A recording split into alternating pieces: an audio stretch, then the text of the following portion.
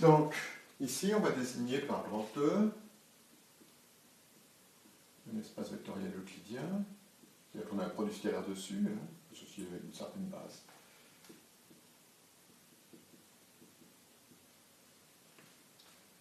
Muni d'une base orthonormée.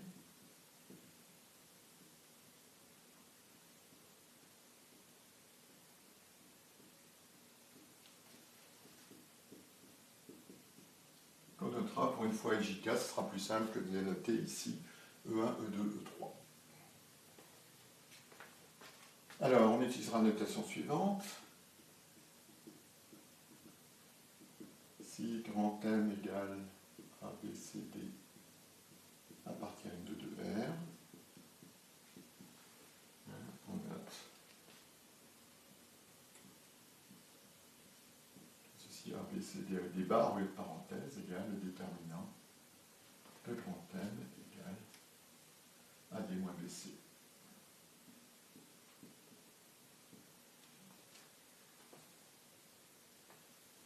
Alors, on peut remarquer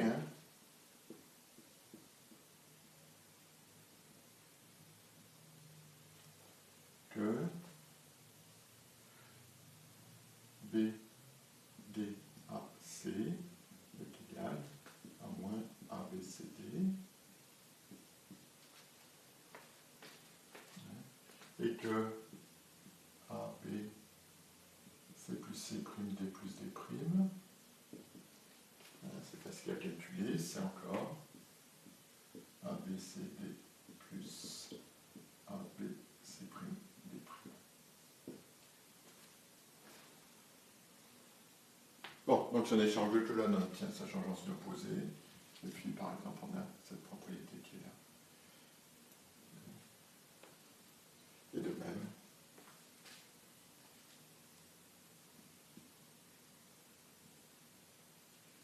AB plus D prime, C, D plus D prime est égal à A, B, C, D plus A, C, D prime, D prime. Bon, c'est une petite propriété évidente des déterminants de matrice, mais qui ont joué un certain rôle. Alors, définition,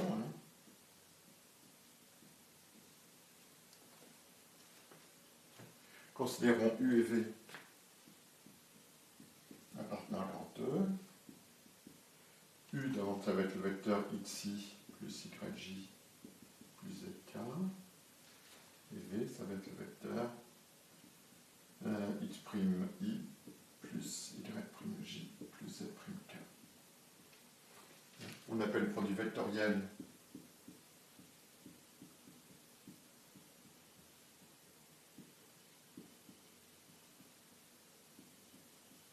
de x et y. Alors, a priori, dans la base IJK, on verra qu'en fait, ça ne dépend pas beaucoup de la base orthonormée.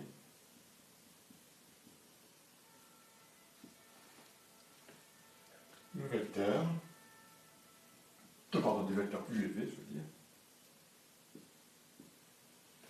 Le vecteur U vectoriel V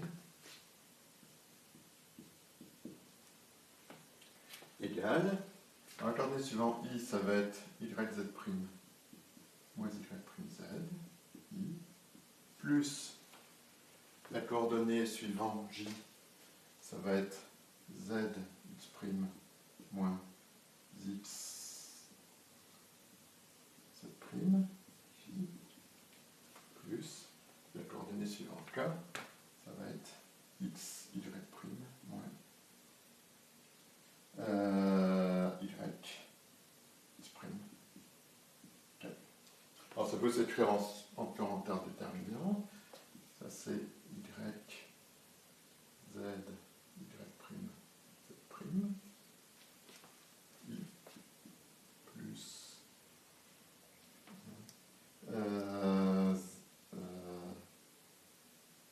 donc X',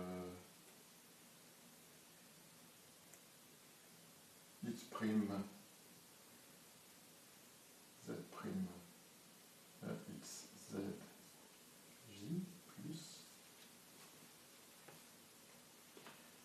donc X, Y,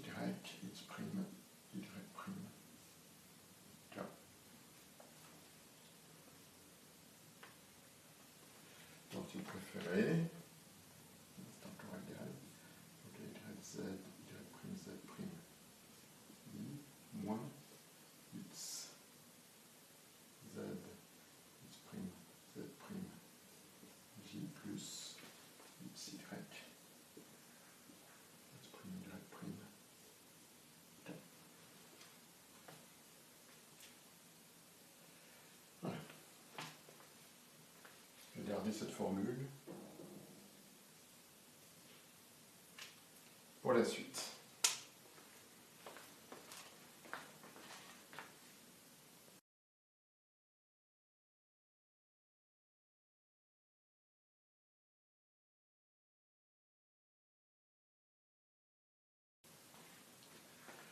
Donc, on va regarder les propriétés à partir de cette formule. U vectoriel V égale les coordonnées de U étant x, y, z, et les coordonnées de V étant x', y', z'. Alors, qu'est-ce qu'on a comme propriété? Premièrement, U vectoriel 0, c'est 0. 0 vectoriel V, c'est 0.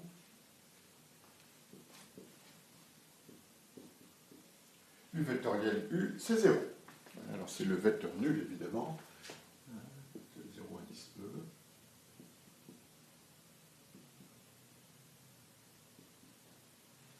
Bon. U vectoriel 0, c'est 0. Ça revient à prendre y', z', x', tous nuls. On obtient immédiatement que U vectoriel V, ça vaut 0. Même chose ici. U vectoriel U, ben, ça revient à prendre x' égale x, y' égale y, z' égale z. Mais à ce moment-là, par exemple, ici, ça va faire yz moins yz, ça fait 0. Ici, xz moins xz, ça fait 0. xy moins yx, ça fait 0. Donc, U vectoriel U, ça vaut 0. Deuxièmement, V vectoriel U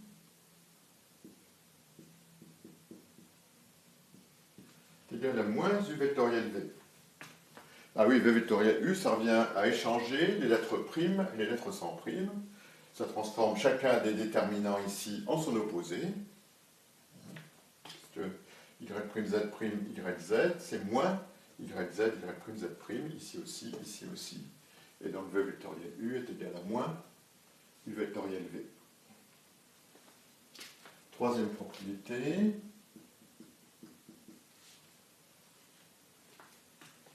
Qui va être très intéressante, c'est que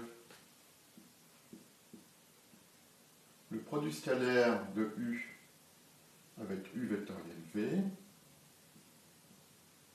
est égal à 0. Le produit scalaire de V avec U vectoriel V est égal à 0. Donc, U vectoriel V est orthogonal à U et U vectoriel V est orthogonal à V.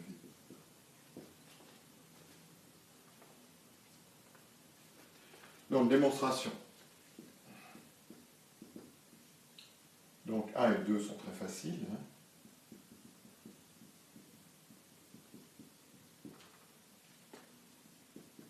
Pour le 3, U produit scalaire avec U vectoriel V. Comme la base IJK est orthonormée, on peut calculer, c'est la somme des produits des coordonnées dans la base. Donc ça va faire. Alors U c'est coordonnées c'est x, y, z, donc ça va me faire x fois yz, y'z',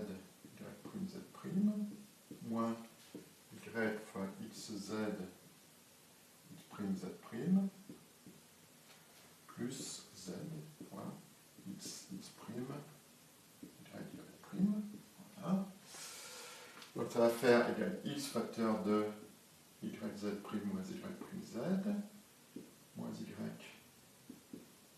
facteur de xz' moins y'z, plus z facteur de xy' moins y'.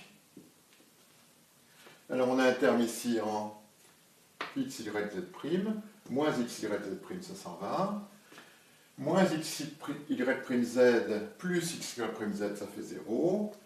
Et puis enfin, on a un terme en moins x'yz plus x'yz moins x'yz. Ça fait 0. Et plus. Alors, V, produit scalaire avec U vectoriel V vaut 0, par la même raison, donc V scalaire V vectoriel U vectoriel V, V vectoriel U, je veux dire, vaut 0, en échangeant les lettres U et V. Donc V scalaire U vectoriel V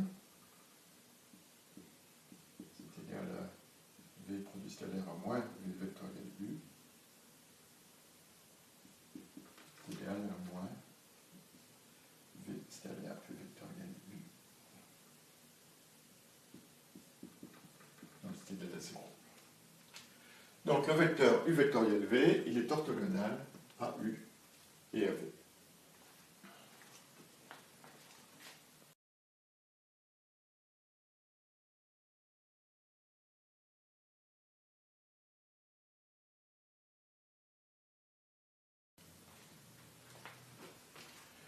Alors, vis-à-vis de la somme et de la multiplication par un scalaire, on a la proposition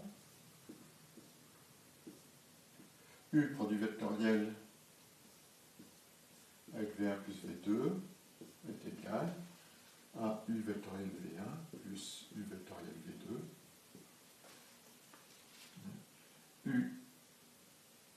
U1 plus U2 produit vectoriel avec V est égal à U1 vectoriel V plus U2 vectoriel V.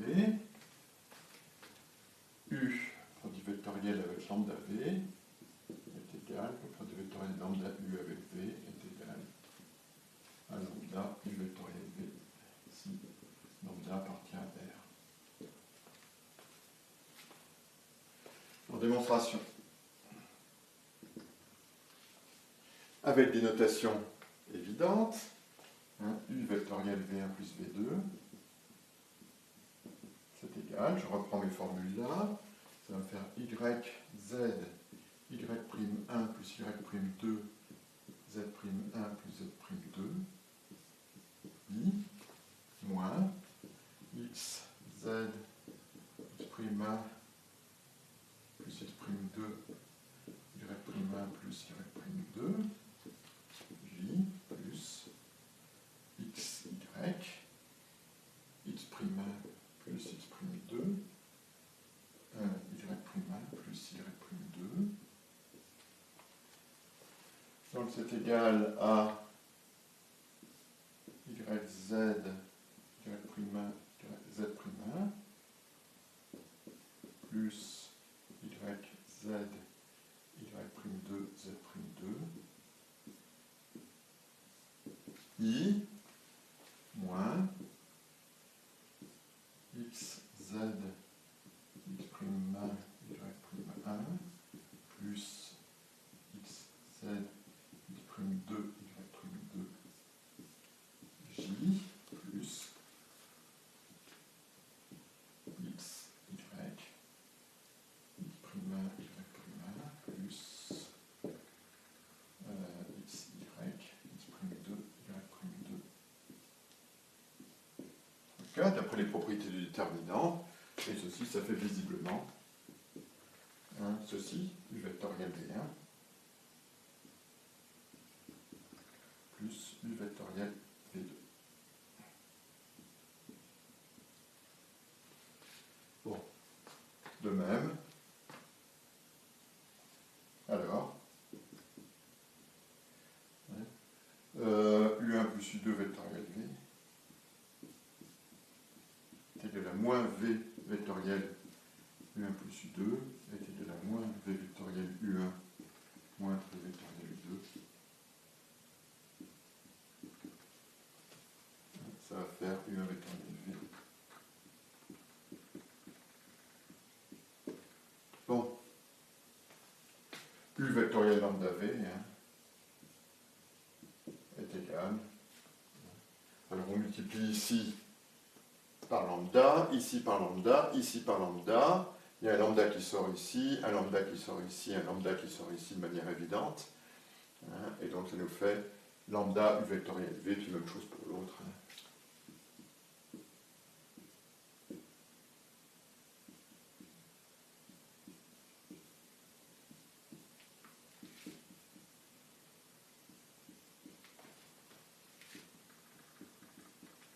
Facile.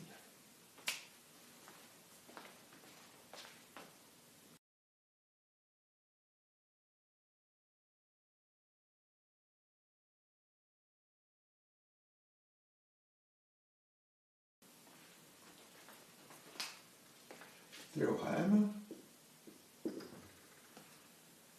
Considérons U et V appartenant à grand E, on a équivalence de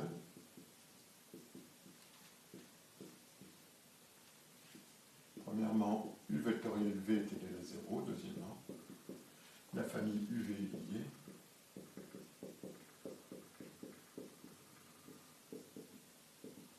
Autrement dit, U et V sont proportionnels.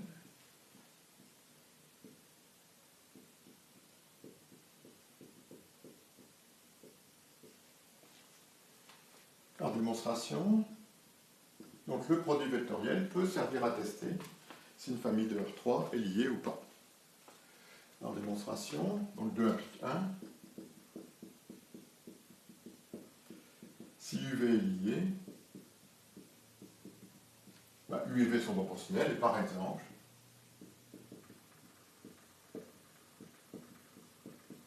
V de lambda U, alors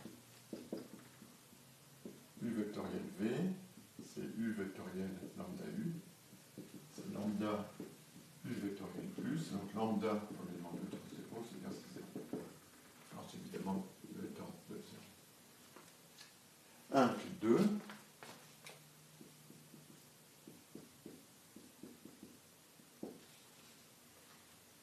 Alors, supposons que U vectoriel V est égal à 0.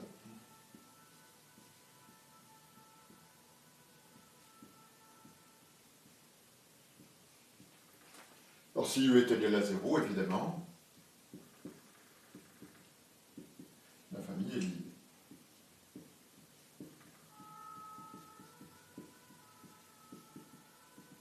Et U, c'est par exemple 0 fois V. Donc, supposons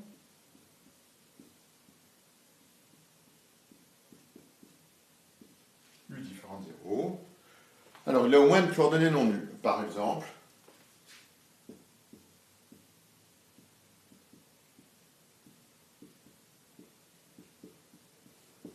Y différent de 0. Alors, on a que YZ, Y'Z' est égal à 0, soit YZ' moins Y'Z est égal à 0. Et donc, Z' est égal à Z sur Y. Non, est égal à non, Y' sur Y, je veux dire, ça sera mieux, fois Z. On a d'autre part X, Y, X', Y' égale 0. Soit. Donc, X, Y' moins Z', Y est égal à 0, et donc X' est égal à Y' sur Y fois X. Bon, de plus, voilà. On a évidemment que Y' est égal à Y' sur Y fois Y. Donc, on obtient que V, qui est égal à S' I, plus Y', etc., qui est égal à Y' sur Y, XI, plus Y' sur Y, YJ, plus Y' sur Y, ZK, est égal à Y' sur Y, fois XI plus YJ plus ZK, c'est-à-dire U. Donc, V est proportionnel à U, et donc UV est lié.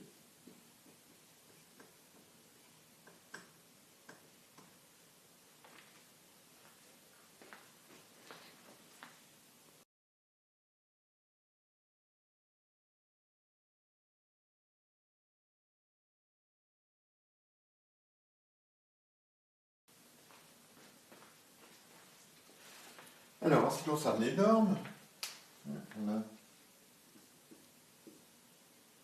le théorème suivant, appelé l'identité de Lagrange.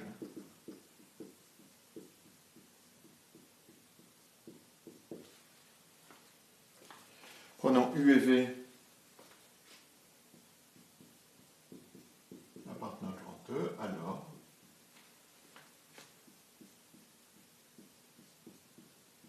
la norme de U vectoriel V au carré plus le produit scalaire de U scalaire V au carré est égal à norme de U au carré, norme de V au carré.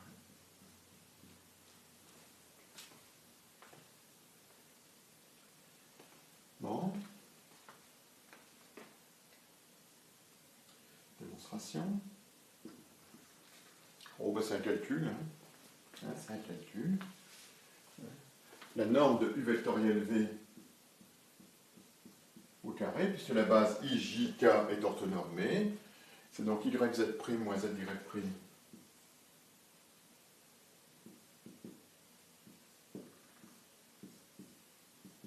plus XZ' moins ZX' au carré,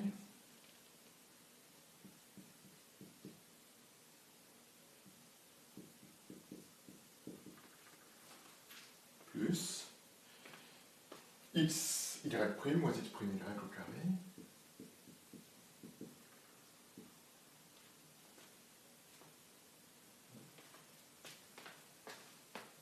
produit scalaire de U et de V au carré, c'est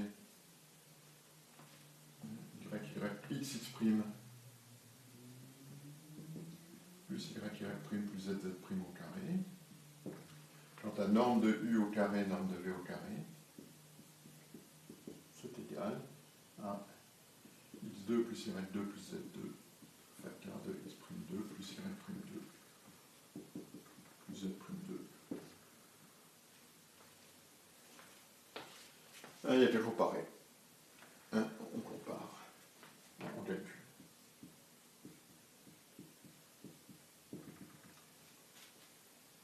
Voilà. Alors un corollaire.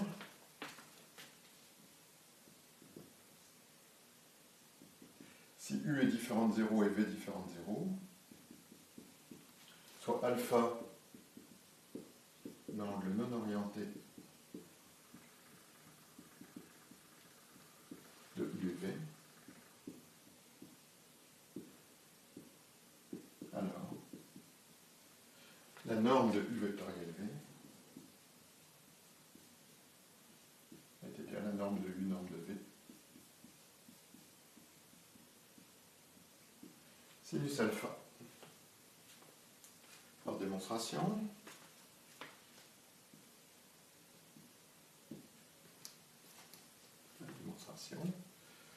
par définition,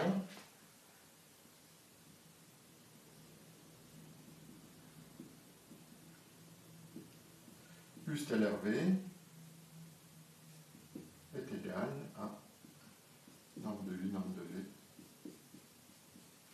cosinus alpha. Donc, la norme de U vectoriel V au carré est égale à norme de U au carré, norme de V au carré, moins norme de U au carré, norme de V au carré, cosinus carré alpha, est égal à norme de U au carré, norme de V au carré, sinus carré alpha. Et comme alpha appartient à 0 pi,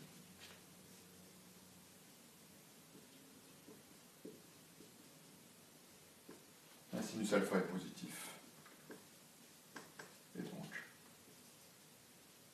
la norme de U vectoriel V est égale à, en prenant la racine carrée, norme de U, norme de V,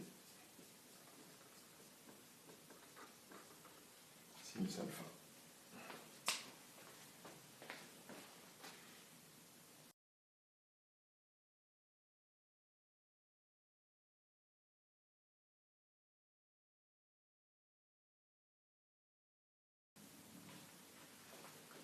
Alors, un autre corollaire de cette formule de Lagrange, c'est,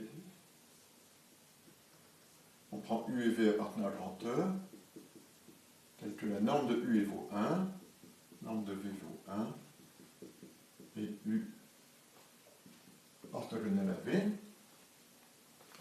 vecteurs de norme 1 est orthogonaux, alors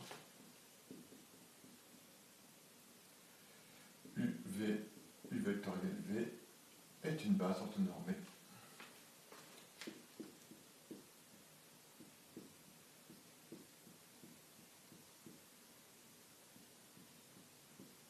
De grand tout. Alors ceci, c'est un bon moyen pour compléter une famille orthonormée de deux vecteurs, c'est-à-dire que chacun est de norme 1 et sont orthogonaux, en une base orthonormée. En démonstration, on sait que U vectoriel V est orthogonal à U, U vectoriel V est orthogonal à V, et la norme de U vectoriel V est égale à norme de U, norme de V, sinus pi sur 2, puisqu'ils sont orthogonaux, le rang c'est pi sur 2, c'est-à-dire norme de U, norme de V. C'est-à-dire 1 fois 1, c'est 1.